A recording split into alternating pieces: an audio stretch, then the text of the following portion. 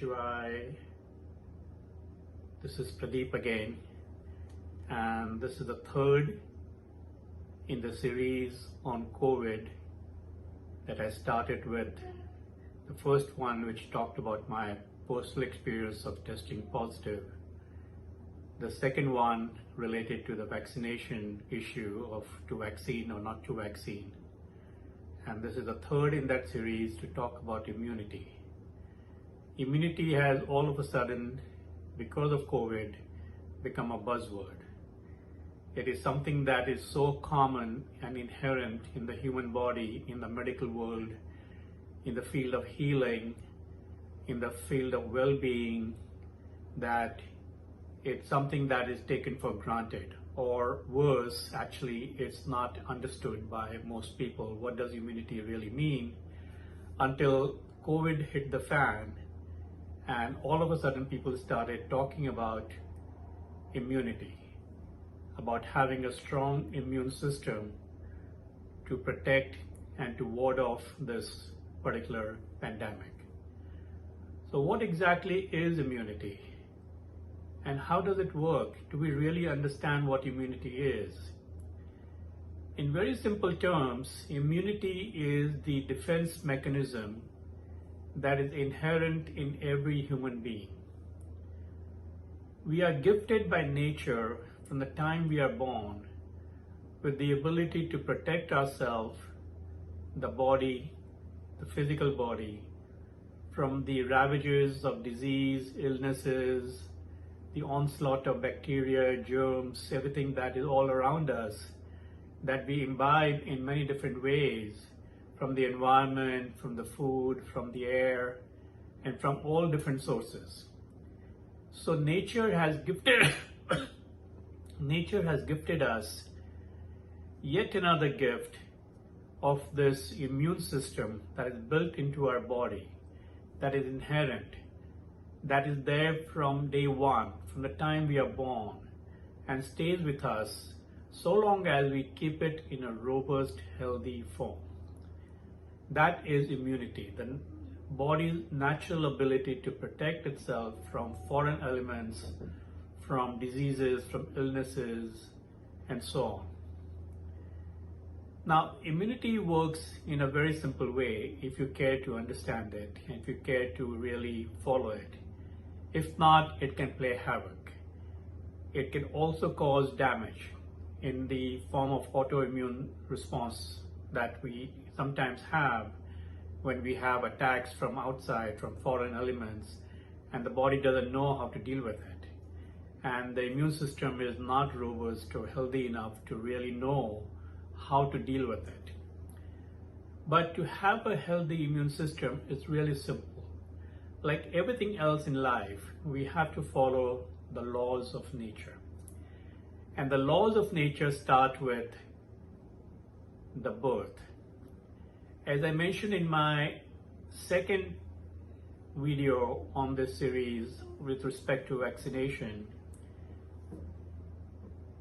the birth process, the way you are born, the way you come into this world, whether you came through a natural birth process, whether you came through a C-section, determines how strong your immune system is going to be from the outset.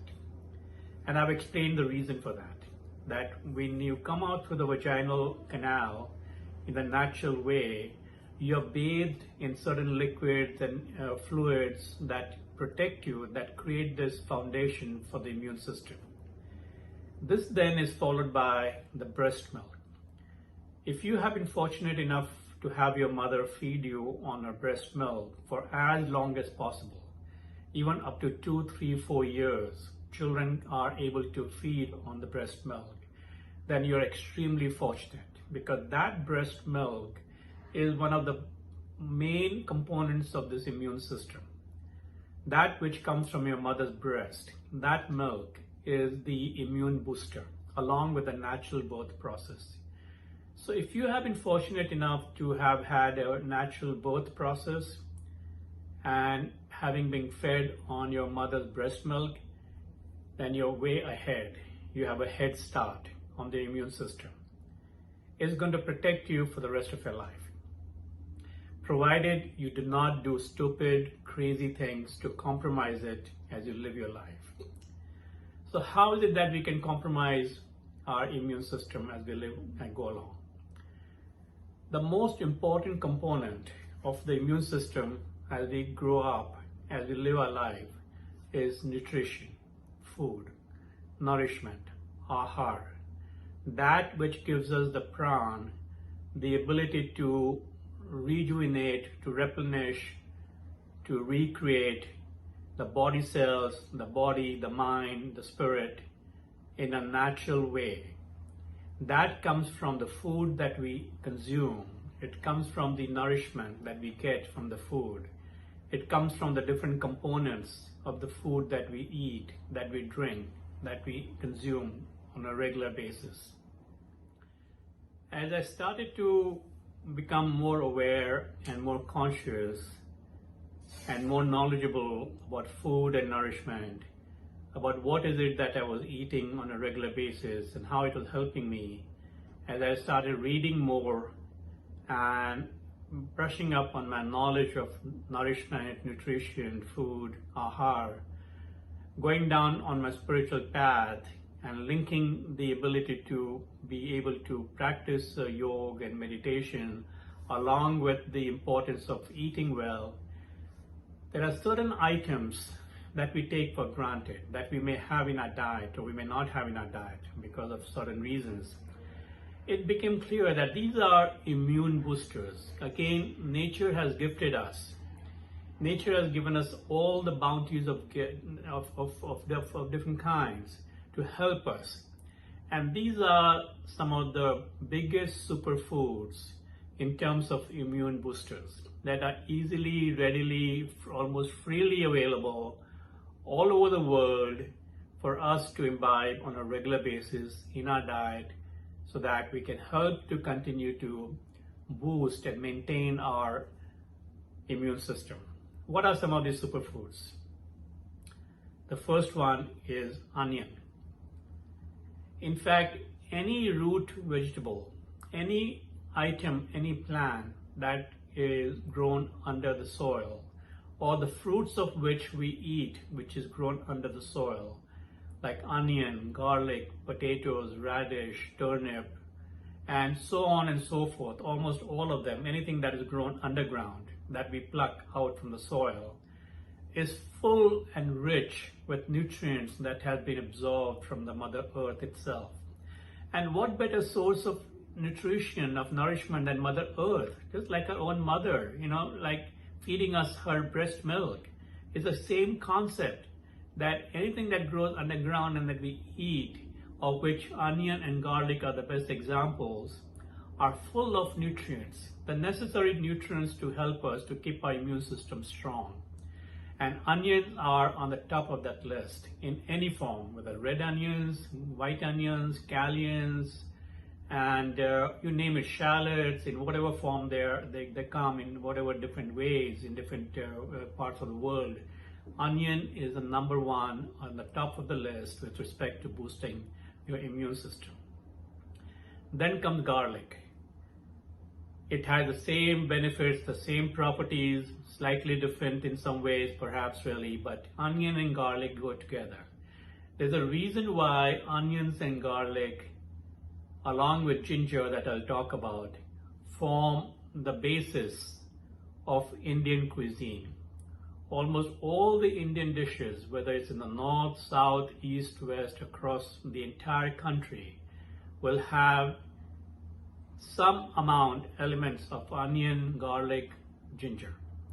In fact, in the entire Asian culture, almost all of the Asian culture, these three ingredients, onion, garlic, and ginger, are very commonly used for cooking purposes. Whether you take China, Japan, Thailand, you name it, almost everywhere. These are the three common components of any cuisine, of any cooking in those countries. And there's a reason for that, which of course, is traditional, and people don't always understand or care to really, follow why it is that way. It's because it's not just a gift of nature, but there's a benefit to it. And unless you study it, you'll not realize what benefit it's doing for your body. So on the top of the list for the immune boosters for the superfoods, onion, garlic, ginger. These are anti-inflammatory, they help your blood cells, they help you to protect your immune system. There are various other benefits that these three items, ingredients alone, if you make sure that you imbibe them, if you consume them on a regular, almost a daily basis, in some way, shape or form, then you're helping yourself. You're doing yourself a big favor right from a young age. If you're used to having these ingredients as part of your cuisine, as part of your cooking, as part of your meals, then you're helping yourself. Then comes turmeric.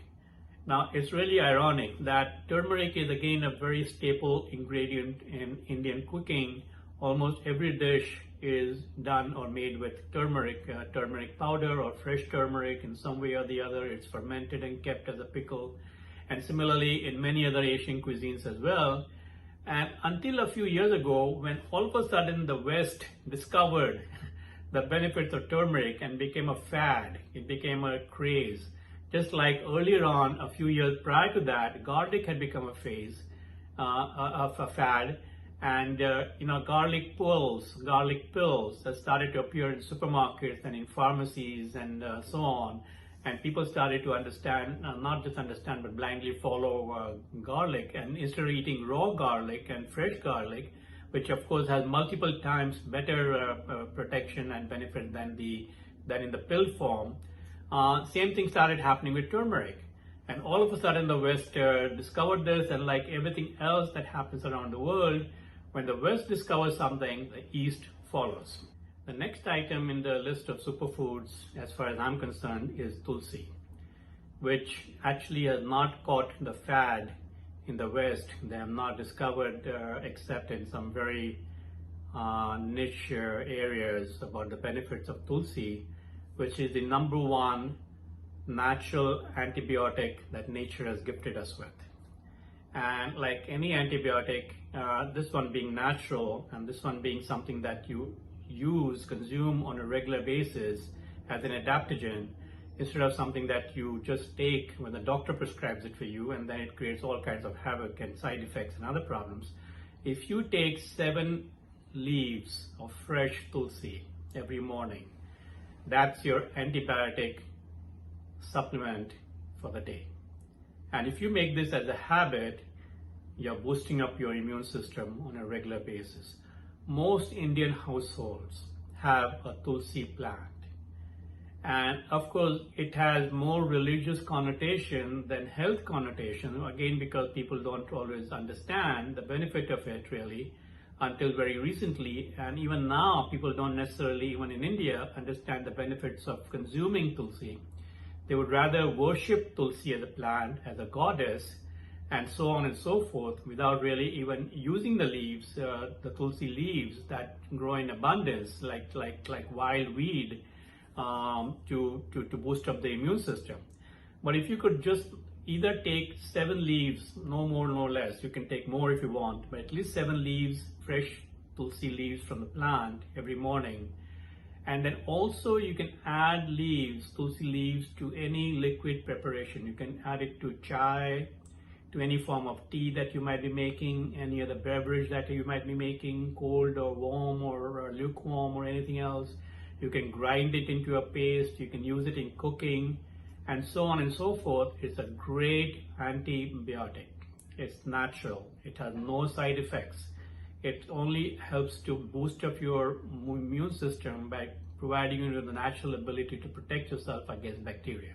That's Tulsi. The last item on this list of superfoods for immune boosting that I want to mention is honey. There's a reason why in Ayurvedic system of medication, most medicines are taken along with honey. Not just because the medicines itself, the powder or the concoction is bitter. Of course, that's partly the reason, so you can sweeten it by taking it with honey. But there's another reason, because honey is another natural antibiotic. It's an immune booster. It is something that comes from the nectar from the bees, the honey bees who collect it from the flowers, from the leaves, from the plants. And again, it's such a natural form of immune booster and an antibiotic But the thing with honey is you have to make sure that it is raw and it is unfiltered. It should not have gone through any human process of any kind. No pasteurization, no cleansing, no touching. It comes straight from the source. The way the bees have collected the honey from the flowers into the beehives, and from the beehives straight into the receptacle or the bottles or wherever they are collected, and then into your house. It is available, it is raw, it is organic, it is unfiltered, unpasteurized, unprocessed. If you can find that, and if you have that honey, and if you have that regularly on a daily basis, whether again you mix it as part of your beverage or you have it just like this, I typically have it in the form of my honey lemon drink first thing in the morning. Mix it with a squeeze of lime or lemon along with turmeric and lukewarm water. It flushes out the system. It creates the ability to cleanse everything inside from the night's sleep. And you can take it in any other forms, again in different beverages. You can use it in desserts of different kinds. Honey is a superfood. These are, if nothing else, you do nothing else in life in terms of your nourishment, in terms of your nutrition or diet. Onion, garlic, turmeric, ginger, tulsi, and honey. If you can make sure that you consume these on a daily basis, your immune system is going to be strong, provided you had that strong foundation of having had a natural birth and having been fed on your mother's breast. Now, these are just the superfoods that I've listed on top of my list. There are literally tens and hundreds of other ingredients that nature has given us in the form of plants and leaves and fruits and vegetables and herbs and plants that grow everywhere, sometimes even wild, under the ground, above ground, on the trees, different species, different kinds, in different parts of the world, according to the environment, that each has its own benefit. But it's difficult to really capture everything here in this short video. So I have, instead of talking about it in detail, I have just tried to capture the top 6 items in terms of including it in your daily regimen. And then to become aware as you go along, do your own research, understand, open up your mind and your heart and your eyes and your ears to be able to see around you what nature has given us. All of the green vegetables, all of the dark colored vegetables, fruits, different kinds of berries, all of the citrus fruits, and so on and so forth. You know, there's a bounty.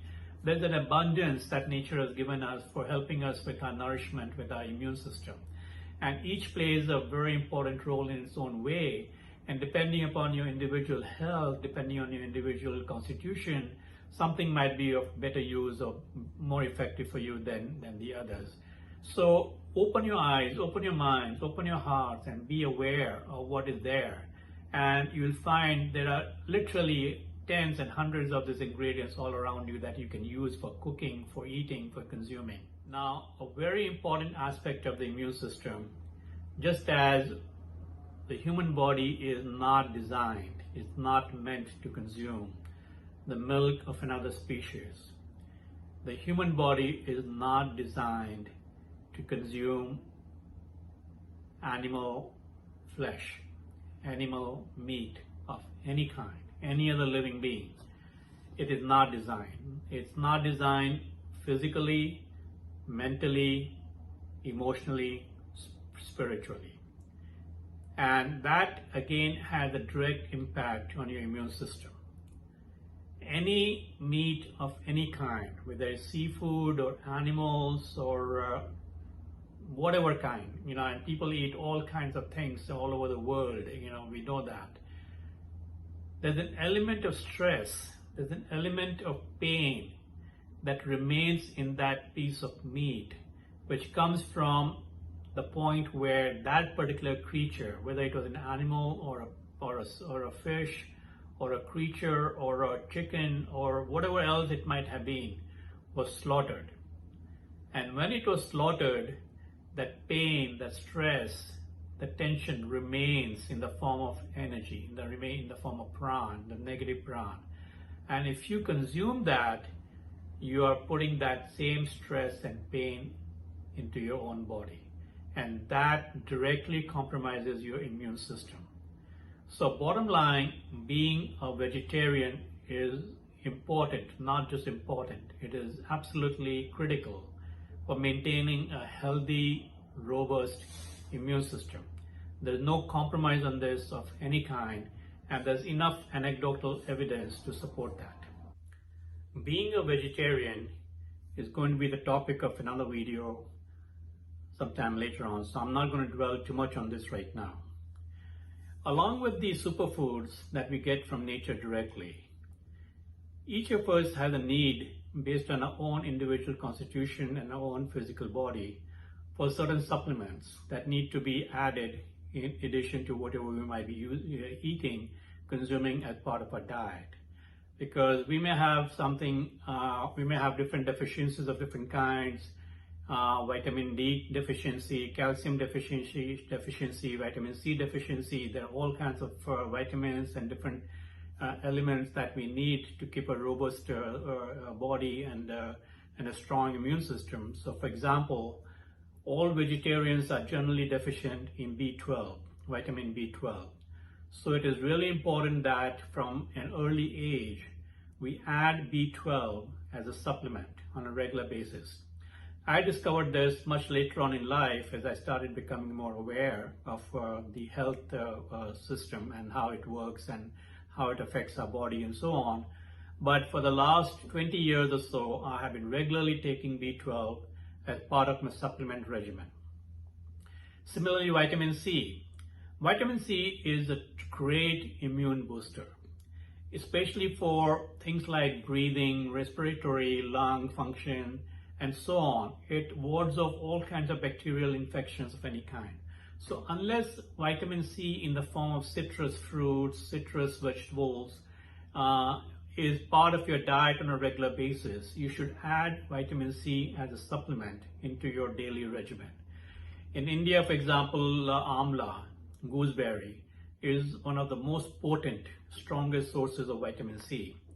It can take the form of citrus fruits, it can take the form of any kind of sour element or vegetables and so on. And again, in the East, in Asia particularly, there are many different vegetables and fruits that are available that are loaded with vitamin C. So if it's already part of your daily routine, that's great. If not, please, if you can add vitamin C along with B12 among all the other supplements, then that is a great immune booster. Again, for vegetarians and for generally whose immune system may have been compromised from an early age, there's one particular supplement that I suggest, which I have been taking for the past 30 years, again at the recommendation of my naturopath doctor, the same one who weaned me away from milk, and that is quercetin. Quercetin is a Chinese herb and is one of the best immune boosters that one can take in the form of a supplement. Quercetin, quercetin. It is simple, it is available in a vegetarian formula, and it is something that you just take 1 or 2 pills a day on a regular basis as part of your regimen, and it does wonders to keep your immune system healthy. Just as nature has given us hundreds of items in the form of fruits, vegetables, herbs, and so on, similarly, there are many supplements that you can add to your daily regimen. On an average, I take about 10 to 12 different supplements, and I rotate them on a regular basis. And without getting into too much detail, because this involves understanding your own individual situation, your own health, your own body, your own constitution, and I'm more than happy to do a one-on-one with you to sit down and understand and help you identify which supplements and which items in your diet you need to include, to exclude, and so on. So feel welcome to contact me at the end if you wish to have a one-on-one consultation or discussion with me. But rather than going into all the details about all the different supplements that are available, I've only listed out quercetin. And the second one I want to just mention quickly is Chyawanprash. Chyawanprash is an Ayurvedic tonic. that in the olden days, at least, it used to be a normal thing in most Indian households that when you were young, the first thing in the morning before you went off to school, along with your milk and your breakfast, your mother would give you a spoonful of chyawanprash. And of course, it used to be homemade, or it used to be sourced from a place that was reliable, and so on. These days, all kinds of commercial products, commercial items of chyawanprash are made and available. They're all useless. Chyawanprash is a combination of 12 to 15 different Ayurvedic herbs, along with honey, that carry the potency to protect you if you have it regularly, one spoonful every morning, to the time you're a child, to the time that you grow up, to your old age. It's something that is simple. I find it very tasty. It is very nutritious. It has all the benefits. One spoon of chyawanprash, if you can add to your regular regimen, it will do wonder to your immune system. The last but not the least important component of a strong immune system is sleep, nidra. Sleep is when the body rejuvenates. It literally recreates itself in those 6, 7, 8 hours that we sleep at rest. When it is able to refuel itself, when it's able to rest and all the cells replace themselves and so on. That's why nidra avastha, sleep, is so important. And why in the modern days, with the advent of technology, when people are sleep deprived, when they spend hours almost all night long awake, attached to their devices and not being able to sleep, suffering from insomnia, they have all kinds of health issues and health problems. No matter how much you might be doing with respect to the other components I talked about, but if you're not sleeping well, if you're not sleeping regularly, if you're not getting your 7, 8 hours of sleep regularly on a daily basis without any compromise, you're compromising your immune system tremendously. I cannot overemphasize the importance and the need for regular sleep in the night, 7 to 8 hours, early to bed, early to rise, not in the daytime. You can take a nap for half an hour, a power nap, 45 minutes. It helps to rejuvenate you in the afternoon. But a good, solid, uninterrupted, peaceful sleep in the night, 7 to 8 hours, is absolutely paramount for maintaining and building a strong immune system. Now, along with food and nutrition and nourishment and ahar, the other thing I discovered as I went along on my spiritual journey and my healing practice was the inherent and the tremendous benefits of yoga and pranayama, which of course is part of the yoga vidya.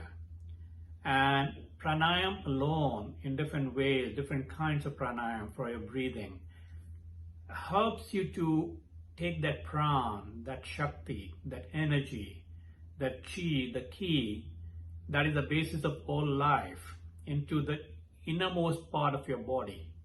And if you have a respiratory system, a breathing system, a mechanism where your nostrils are open and breathing freely, and you inhale this pran through pranayama basically meaning the ability to control your breathing in different ways, then you are taking in the elixir of life itself. You're giving your body a fresh start every day, every morning, every time you practice pranayama. You can do it for 5 minutes, you can do it for 10 minutes, you can do it for half an hour. There's never enough of pranayama. It's, we think we breathe normally, almost unconsciously, but we breathe shallow.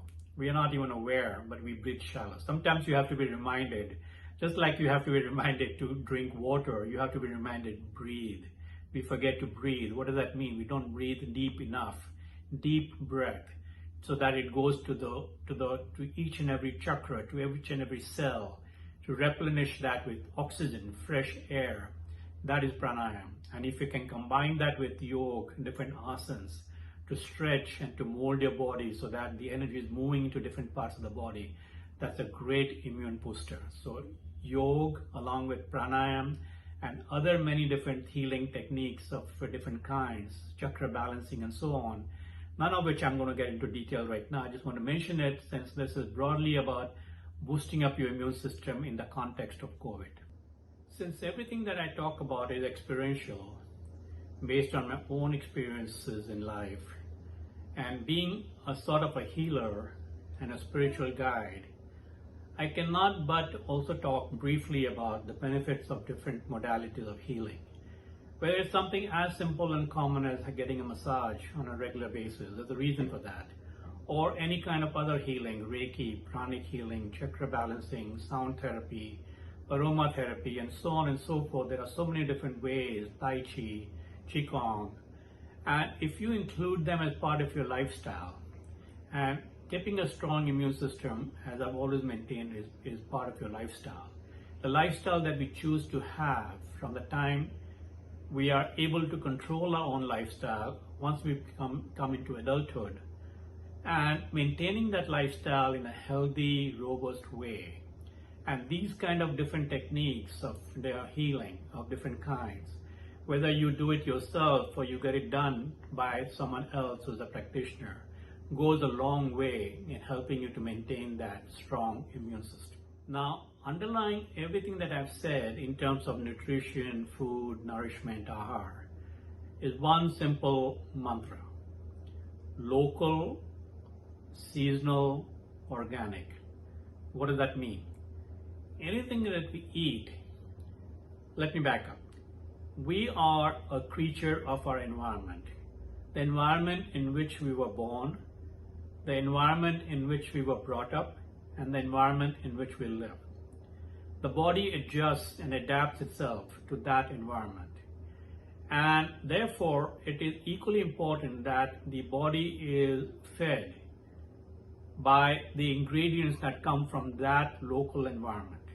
Not something that is shipped from thousands of miles away in refrigerated ships and planes to feed you, to feed your craving of some kind. Whatever is available and grown locally in that local area is what is suitable for your body. Second, it has to be seasonal. You cannot eat mangoes in the winter. Watermelon is not a winter fruit. Nature has its own laws, and there are reasons for that. We are not able to understand, or we choose to ignore them, or we choose to override it. The body does not. If you're going to eat unseasonal fruits, your body is going to react.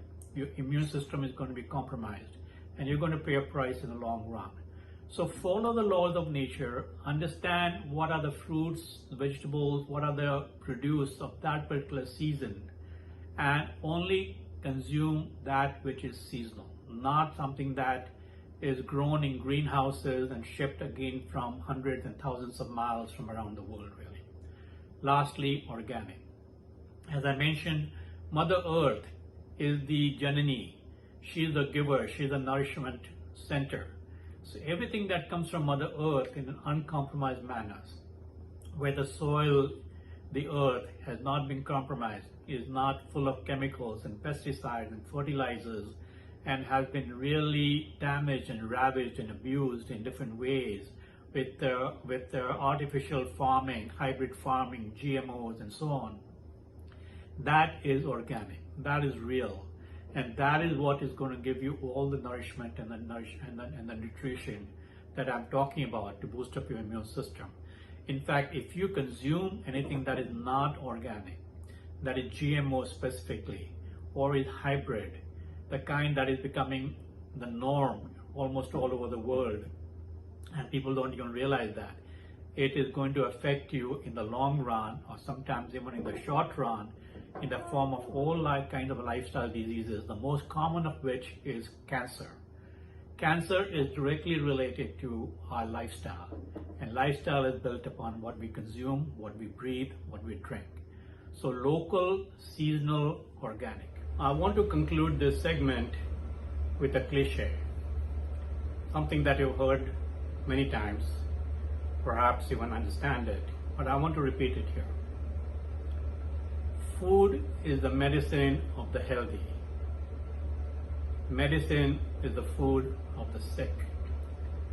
And a perfect example of this is the East and the West.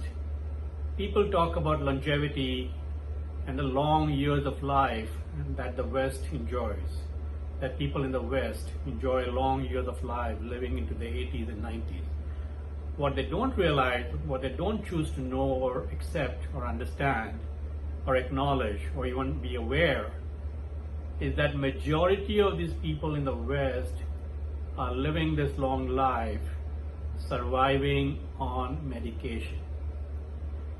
On an average, a typical Westerner, and I can talk primarily about Americans, on an average, an American consumes 10 different kinds of pills every day after the age of 50. 10 different kinds of medication, 10 different kinds of pills for different purposes from the age of 50 onwards. It is on this basis, not because they have a strong immune system, that they are able to live and survive with, in many cases, a lot of pain, a lot of discomfort, only because they're able to keep their vital organs alive into the 80s and 90s. On the other hand, in contrast, I'll tell you my grandmother, she lived to a ripe old age of 95. And in her entire life, even in her 90s, even in the last days, she never took a single pill for any reason whatsoever. She did not take any medication of any kind. Not only that, I visited her a few months before she passed away, so she must have been about 94. She was able to sit with us at the breakfast table for lunch and eat everything that we were eating. This is in India. And she was a big consumer of garlic, onions, green chilies, and I forgot to mention green chili, by the way, which is a great source of vitamin C, and in my opinion, one of the superfoods that is an equally important ingredient in Indian cuisine, along with the onion, garlic, ginger, green chili, and turmeric. So green chili is something, along with red chili, onion and garlic, she was still consuming at the age of 94 and 95.